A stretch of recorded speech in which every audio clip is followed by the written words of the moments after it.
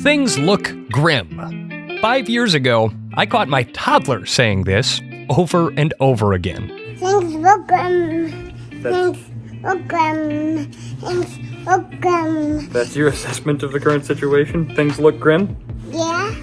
Oh dear. And I worried that he might have learned that phrase from me. Because if you rewind back to May and June of 2020, things looked pretty darn grim.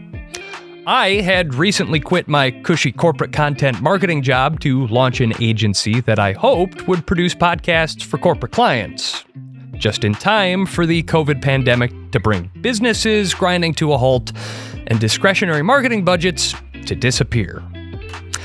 I know it was for a lot of us, but I could look back at it now and say that was definitely a low point for me.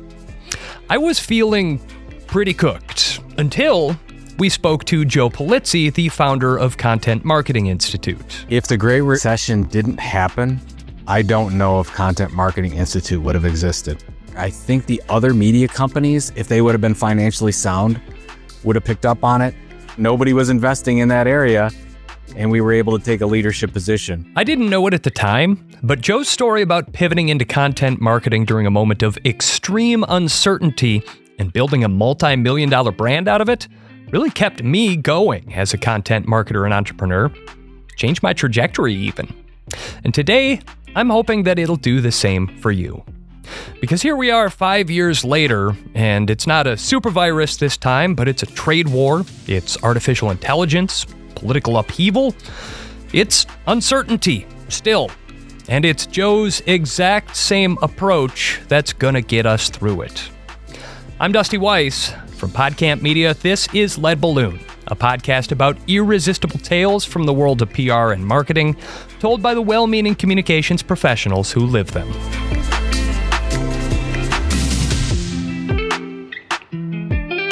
Thank you for tuning in. I have been thinking about this conversation a lot because things have gotten so grim again lately.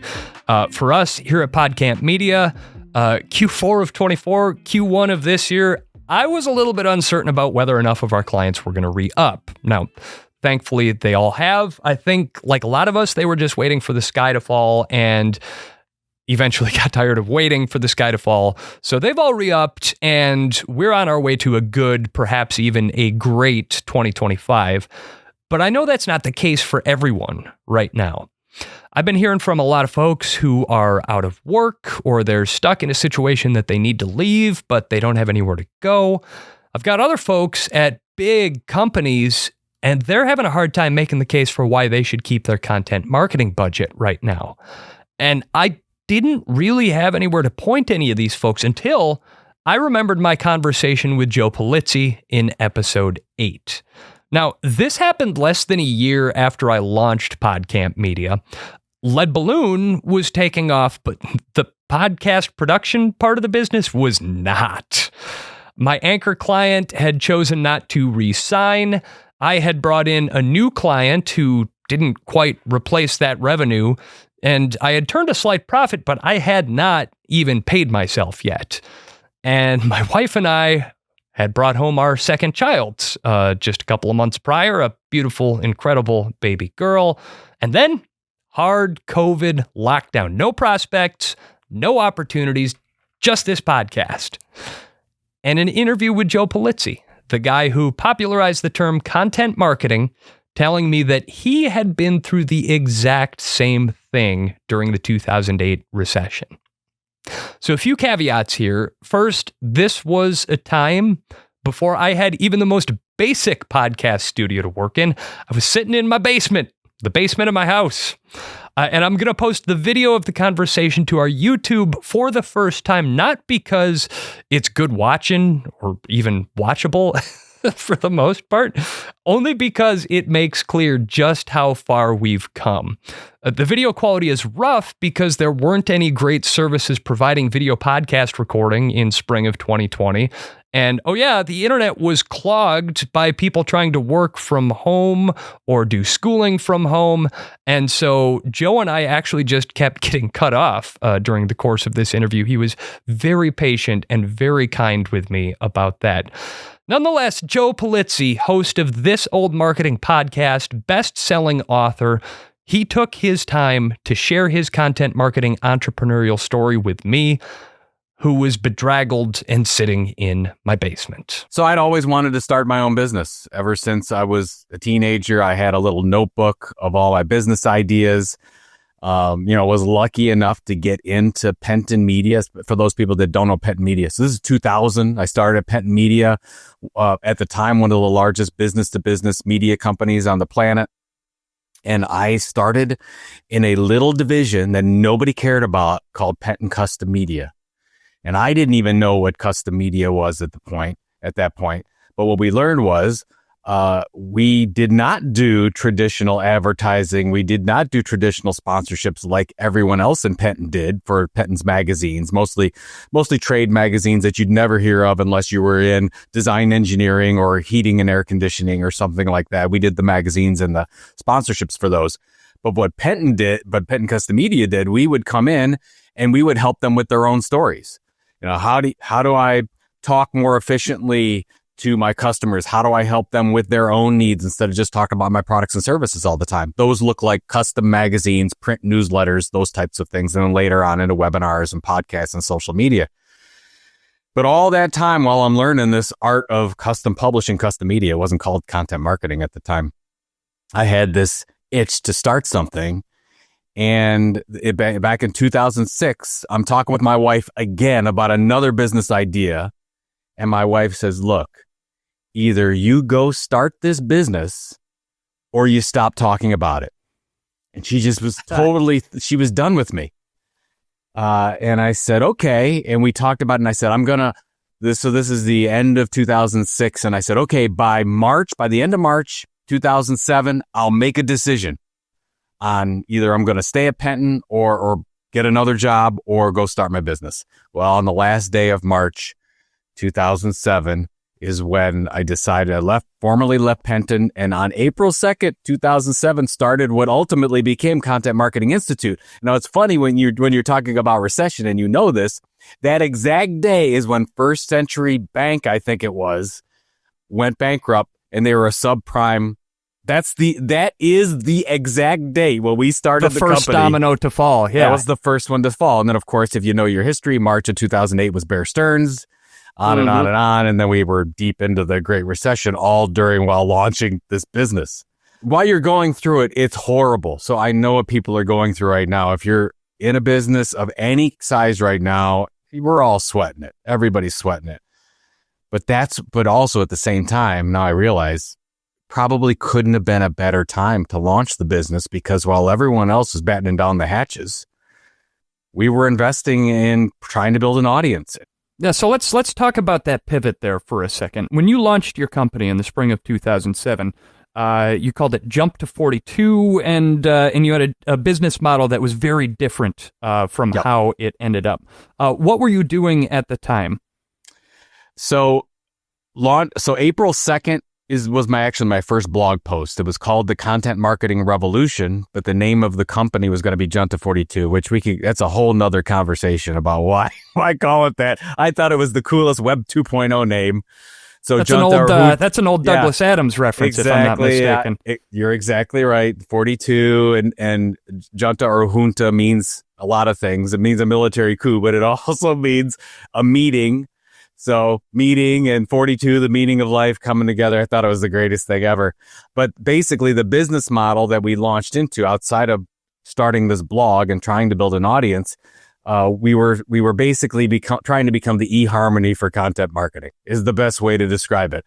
So we had a database of agencies and journalists who knew how to create content, and we were matching them up with marketers and brands that needed content or wanted to do print magazines or newsletters or article marketing or whatever the case was, and we would match them up.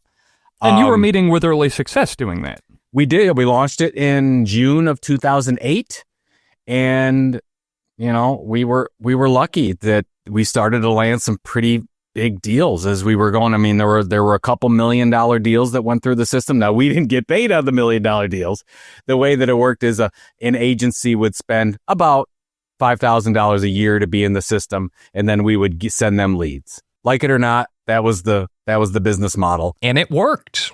For the time being, at least, Joe and his wife, Pam, were able to sign enough clients to keep the lights on and get their entrepreneurial legs under them.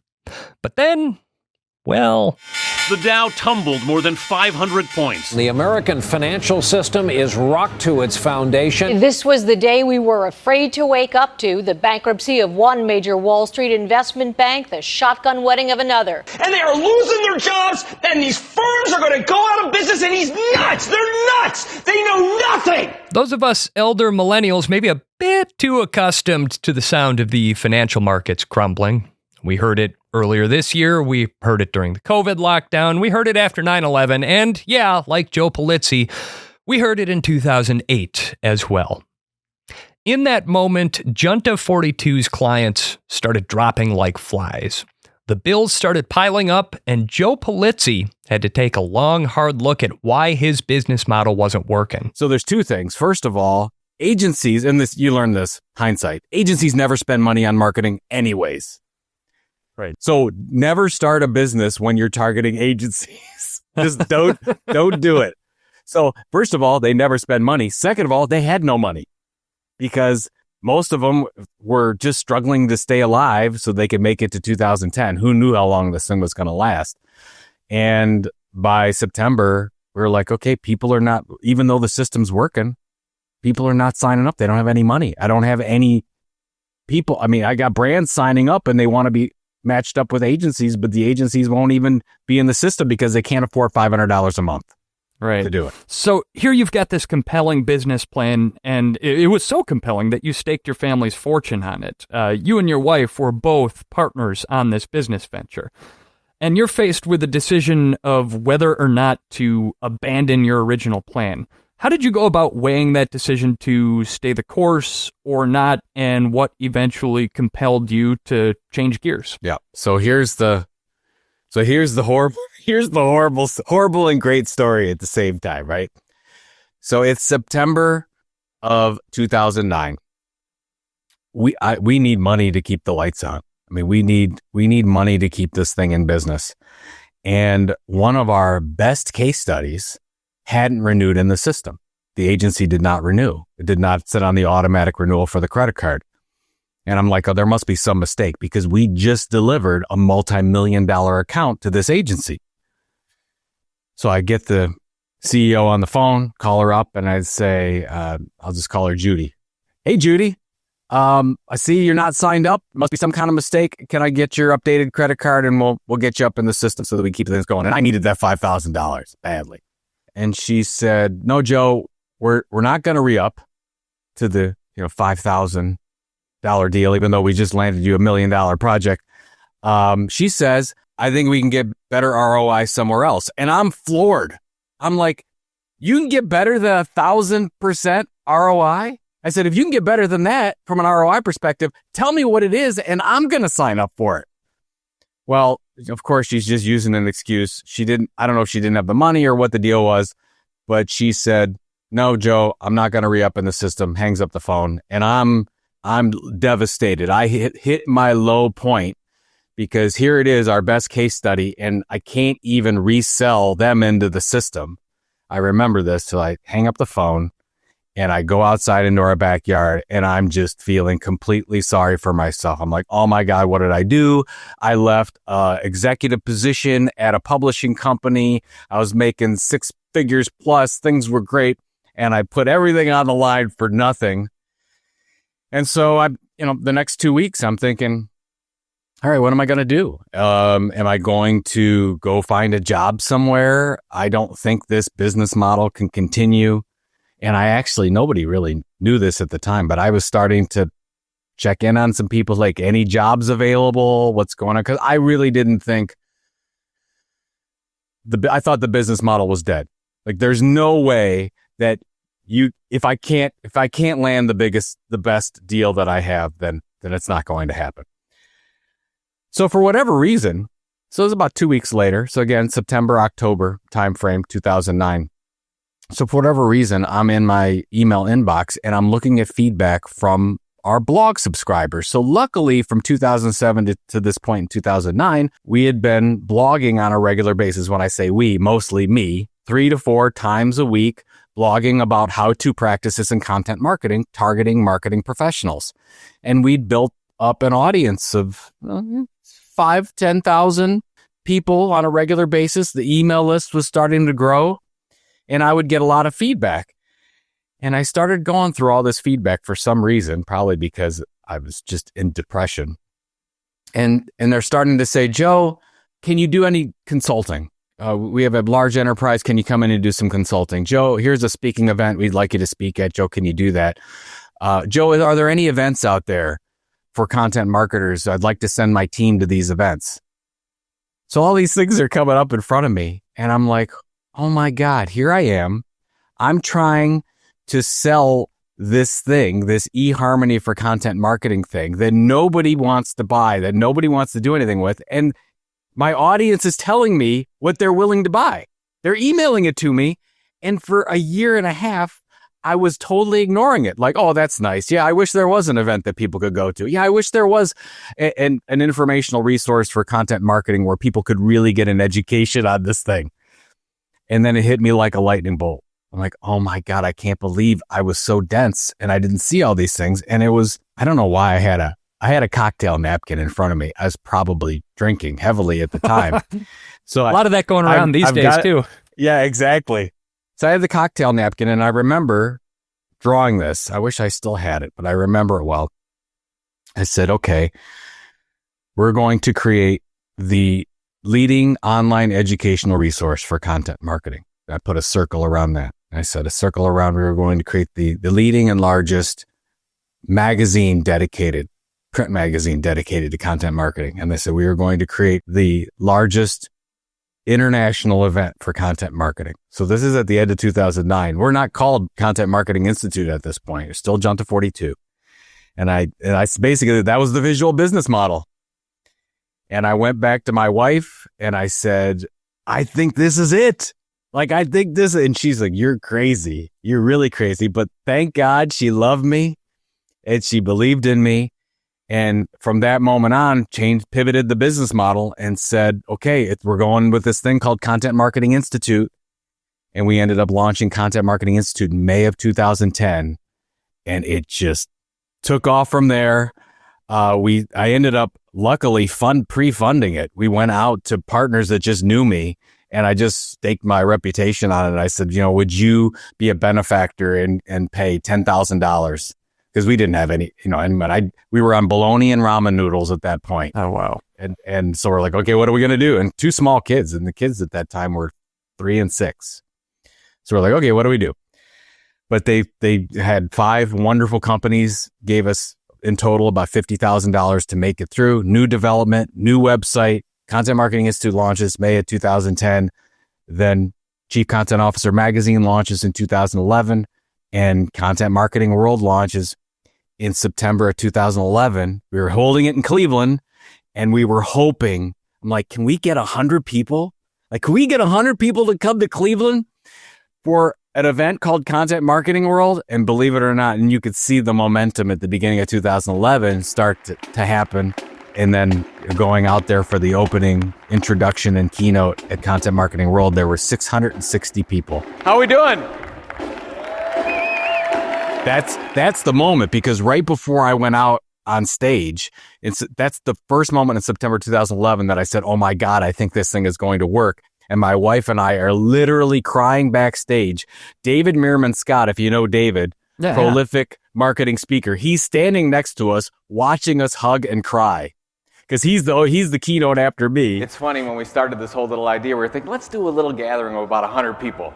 And you all showed up. So it's wild to me because having recently launched a business myself, you have a lot of difficult conversations going into it. You have conversations with potential funders and pitching to your first clients. And all of that is like an incredible stress level. But then the conversation that stands out most vividly to me, too, is the conversation that I had with my wife, where I turned to her and said, hey, that really, really good, stable job that I'm lucky to have, I want to leave that in the dust and stake our family's fortunes on this cockamamie idea that I've been rolling around in my head for a little while. And maybe it was the Palomas and the Mexican sunshine talking, but she just turned to me and said, I trust you explicitly. If this is a thing you feel like you have to do, go out and do it. And it's funny because it sounds like our wives have a lot in common with each other. They're both married to loud men who enjoy talking a lot. And both of them are completely and totally reticent to get on the microphone themselves. So yeah, we're so shy. As I've learned about your we're wife. so shy to do this kind of stuff. Exactly. But just looking back at it, do you think you'd be in the same position that you are right now if you hadn't had the complete and unwavering support of your wife over the years? No, actually, and it's funny. I don't even know if and when I would have started a business. And entrepreneurs know this, right? There's no good time to start a business. You can always find an excuse. It's 2006 and I'm talking like the kids are 2 and 4. This is a horrible time. You know, we've got a mortgage on the house. We just bought a house. And why would we take a risk like that? And of course, hindsight, the riskiest thing to do, and now in my opinion, as being an entrepreneur, is to stay with a company where you have no control. At least, we have control to make some of our horrible decisions that we've made. But without her support, that wouldn't have happened. And the other thing is when we were going into debt and taking out more credit cards and things like that, she could have easily said, no, but we gave it a shot. Yeah, pull the ripcord. We're done. We gave it a shot. And like I said, you're right. We did give it a shot. And I'll always have that. And now I can go back and find another job. But she said, our little, we have a saying in our house and in our family, it's go big or go home. And she said that, go big or go home. What are we doing here? Are we going big? Then go big. Give everything you've got to it. No, we're not leaving. No regrets. When you're counting on your business to keep a roof over your family's head, that's a ton of pressure. So, supportive spouse. You mentioned the cocktails and the cocktail napkins, but how else do you deal with that pressure? Like, how do you just keep from letting the despair and uncertainty overwhelm you at times? I think what really, I was nervous all the time. I was a wreck. I'm lucky I didn't have a heart attack or something, because I was always a wreck, wondering what I was doing.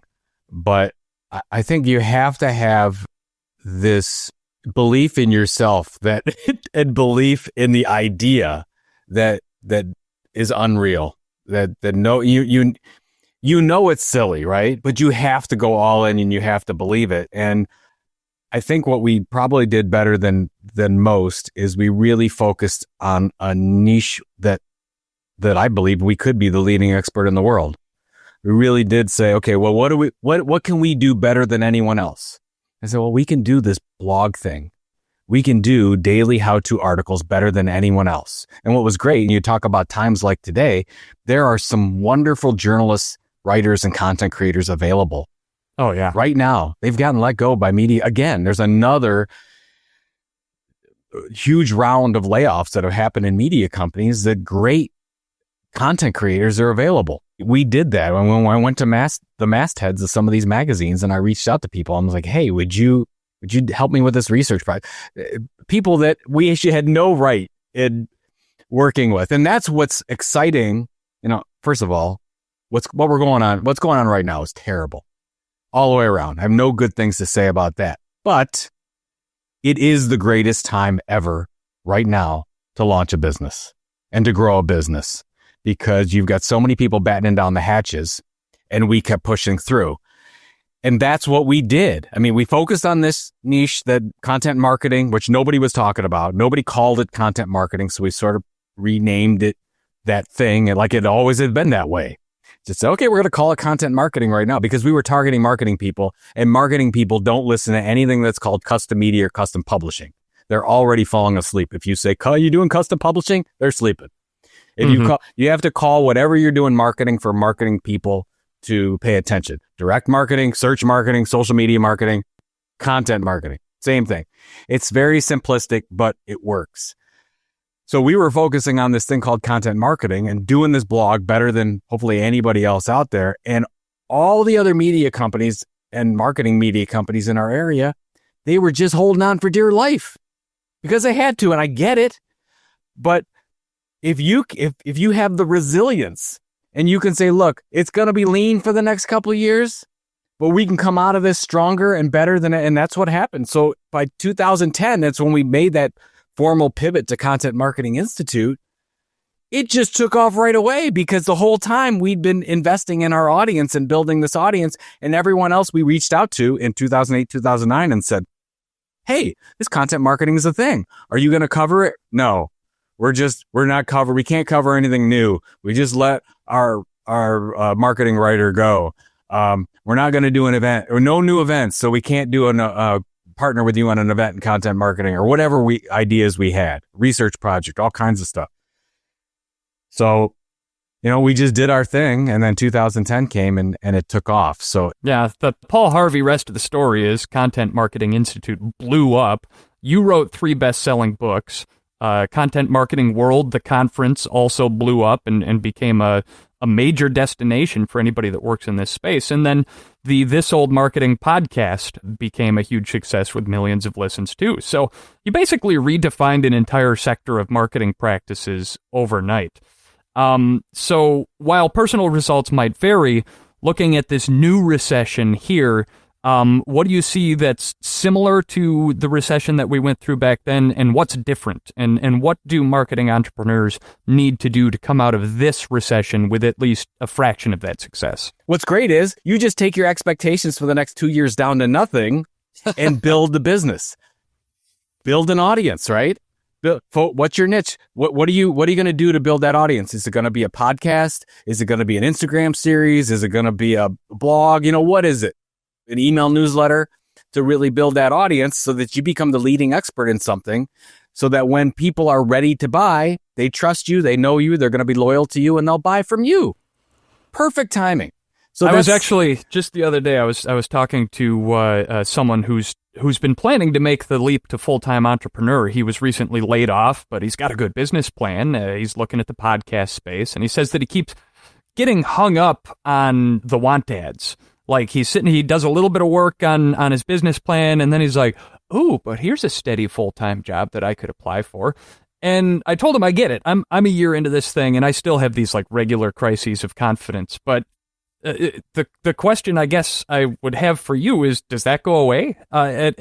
For how long were you tempted back toward the stability of a regular job before you finally just embraced, you know what? I'm the CEO. I'm an entrepreneur. You'll always be tempted. I was always I don't know. I won't speak for everyone. I was always tempted. I was tempted until the September 2011 when I came out on stage for Content Marketing World. Yeah. You always doubt yourself. It's a natural human thing that you don't feel that you can do it. It's going to be there. You're always going to want to focus on, is there a plan B out there? And all entrepreneurs are crazy in some way. And you just have to look at that and say, no, I'm going to be one of those crazy ones that make it. We're going to push through. So you just have to look at those want ads and laugh and say, yeah, there's some other person that's going to take that job, and good for them. Because I'm going to go back to work and work my butt off 12, 14 hours a day. I'm going to be thinking about it all the time so that in 5 years or 7 years, I have the financial freedom to do anything I want to. Let's say hypothetically, you were living in a world in 2006, 2007, where due to effective oversight and responsible banking practices, there was no housing bubble and the economy didn't grind to a halt. How would your life be different right now? If the Great Recession didn't happen, I don't know if Content Marketing Institute would have existed, because it was growing so fast. There was such an opportunity there. I think the other media companies, if they would have been financially sound, would have picked up on it. We had no right in launching a Content Marketing World. We had no right in launching the daily how-to blog. Somebody else should have done that. And then here we are, little old us. We just came around. Nobody was investing in that area. And we were able to take a leadership position. So that's what, kind of back to the beginning, that's what's exciting from a business standpoint about what's going on now, because you're going to have a number of individuals, entrepreneurs, and small businesses be able to do amazing things because everyone else is battening down the hatches or unfortunately going out of business or focusing on their core audience and core area of expertise when you can come in and do something great to an underserved audience. So to be honest, I might be working at a publishing company, which is so sad. Not that there's anything wrong with that, but I don't know if I would have been an entrepreneur and it's not your jam. It's not for you. I probably would have went back. I probably would have went back and got a job somewhere. So I don't know. It's crazy. This has been an awesome conversation. And again, I just hope a comfort to a lot of people facing a lot of uncertainty right now. I appreciate your taking the time. Joe Pulizzi, the godfather of content marketing, founder of Content Marketing Institute. You wrote Killing Marketing, Content Inc., Epic Content Marketing, and now most recently the marketing-themed murder mystery, The Will to Die. Thanks for joining us on Lead Balloon. Thanks, Dusty. Anytime, my friend.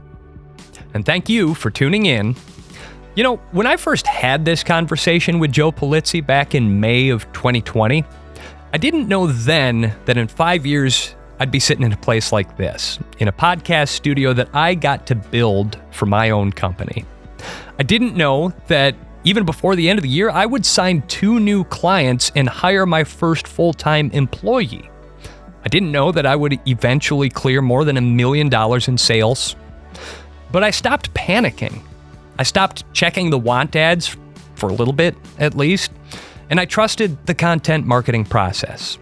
A process where, if you provide value, build an audience, and serve them, when the time comes that they need your services, they will call you first. So now that things look grim once again, remember, when everyone else goes quiet, your voice carries that much further.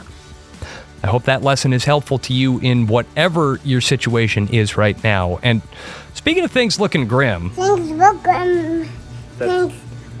by way of an update on my little COVID narrator from the beginning of the episode, Everything okay. Well, wait a minute. This was 5 years ago, so it wasn't you who said things look grim. It must have been you. You can do it. Well, wait a minute. So if you were the toddler in that story, that would make you the baby. Daddy, get back to work.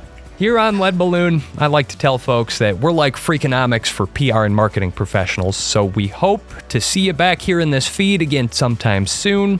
Follow us on your favorite podcast app or check out Podcamp Media on YouTube. Lead Balloon is produced by Podcamp Media, where we do provide branded podcast production solutions for businesses. Our podcast studios are located in the heart of beautiful downtown Milwaukee, Wisconsin. We work with brands all over North America to help them launch and build podcasts that work. Check out our website, podcampmedia.com. Music for this episode by Shane Becker. And until the next time, folks, thanks for listening. I'm Dusty Weiss.